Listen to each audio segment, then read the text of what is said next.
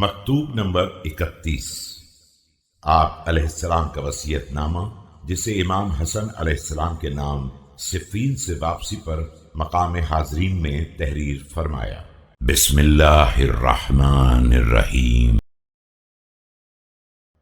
من الوالد الفان المقر للزمان المدبر العمر المستسلم للدهر الذام للدنيا الساكن مساكن الموتى الضاعن عنها غدا۔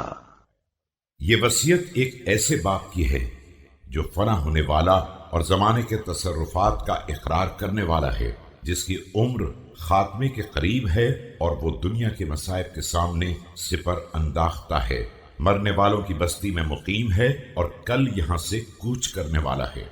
إلى المولود المؤمل ما لا يدرك السالك سبيل من قد هلك غرض الأسقام ورهينة الأيام ورمية المصائب وعبد الدنيا۔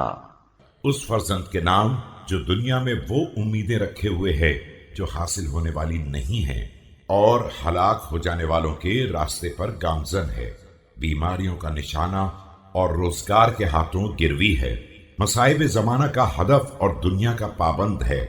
وتاجر الغرور وغريم المنايا وأسير الموت وحليف الهموم وقرين الأحزان ونصب الآفات وسريع الشهوات وخليفة الأموات۔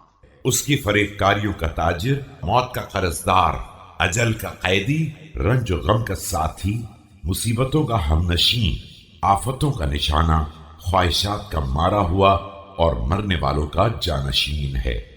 أما بعد فإن فيما تبينت من إدبار الدنيا عني وجموح الدهر علي وإقبال الآخرة إلي ما يزعني عن ذكر من سواي والاهتمام بما ورائي۔